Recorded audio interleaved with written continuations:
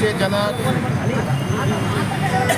छत्रपती शाहूजी महाराज यांच्या जयंती दिनानिमित्त बहुजन समाज पार्टी औरंगाबाद जिल्ह्याच्या वतीनं, छत्रपती संभाजीनगर जिल्ह्याच्या वतीनं त्यांना आज अभिवादन करण्यात येत आहे। छत्रपती शाहूजी महाराजांनी आपल्या जन्मदिनाच्या निमित्तानं जे आरक्षण दिलं आणि त्यामुळे हा बहुजन समाज आपल्या स्वतःच्या पायावर उभा राहिला आणि आज मानासन्मानाने जीवन जगतो।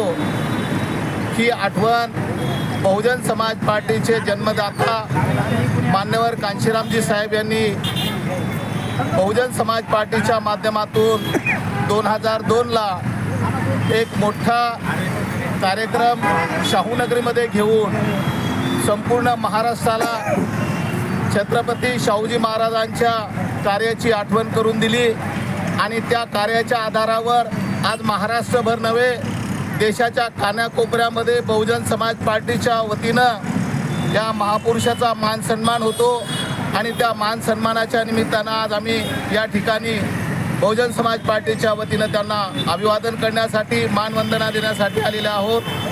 धन्यवाद। आज बहुजन समाज पार्टीच्या वतीने राजश्री शाहू महाराज यांना अभिवादन करण्यात आले आणि बहुजन समाज पार्टीचे सगळे पदाधिकारी, नेते मंडळी सगळे इथं उपस्थित राहिले। शाहू महाराज म्हटलं की शाहू महाराजांनी एक सगळ्या बहुजनाला एक आरक्षण दिलं आणि ते बहुजनवादी नेते राजे होते असं सांगतो आणि आज शाहू महाराज जयंतीच्या सगळ्यांना शुभेच्छा देतो आणि थांबतो। जयंतीनिमित्त तुम्ही समाज बांधवांना काय आवाहन करणार? मी असे आवाहन करतो की हे शाहू महाराज हे एक बहुजनाचे एक मोठे नेते होते, त्याच्यामुळे सगळ्यांनी शाहू महाराजांना सगळ्यांनी अभिवादन करावे असे मी सगळ्यांना सांगतो। भाऊ, एक आत्ताच एक नवीनच मुद्दा गाजतो आरक्षण उपवर्गीकरणाचा। त्याच्यामध्ये शासनाच्या वतीने, सरकारच्या वतीने 2 समाजामध्ये उपवर्गीकरणाच्या नावाखाली भांडणं लावण्याचं षडयंत्र आहे असं वाटतंय का? षडयंत्र आहेच, कारण की SC कास्टमध्ये 59 जाती येतात, तर हे आरक्षण सगळ्यांना समान आहे। त्याच्यामुळं की सगळ्यांना समान आहे, त्याच्यामुळे की 2 जातीमध्ये किंवा SC मातंग समाजाला किंवा ह्या जातीला त्याच्यावर काय आरक्षण भेटा असं काही होणार नाही आहे। असं एक षडयंत्र करून की 2 जातीमध्ये मनुवादी लोक भांडणं लावण्याचं काम करत आहे।